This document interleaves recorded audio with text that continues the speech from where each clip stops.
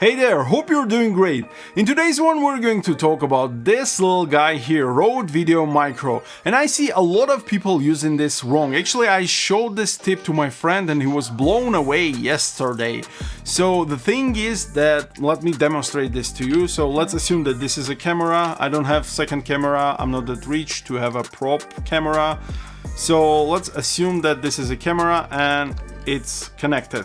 So when you use it in the movement, like I don't know, you're constantly moving with the camera, or I don't know, you're in a car and you're getting onto the bumpy road, it will produce unwanted noises like this.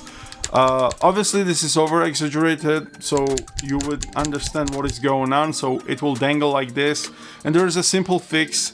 You can see these threads here, they are designed specifically so you can take your cord and push it into the thread itself. So now, can you hear it? There's no more noises. So this is actually the way how to use your microphones properly. And this is not only for the Rode VideoMicro, but also for the mics with the similar construction. You can see those threads there, and now you know how to use it properly.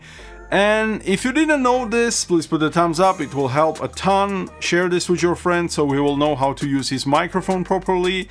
And this is it basically. I will catch you in the next one. Till then, stay awesome.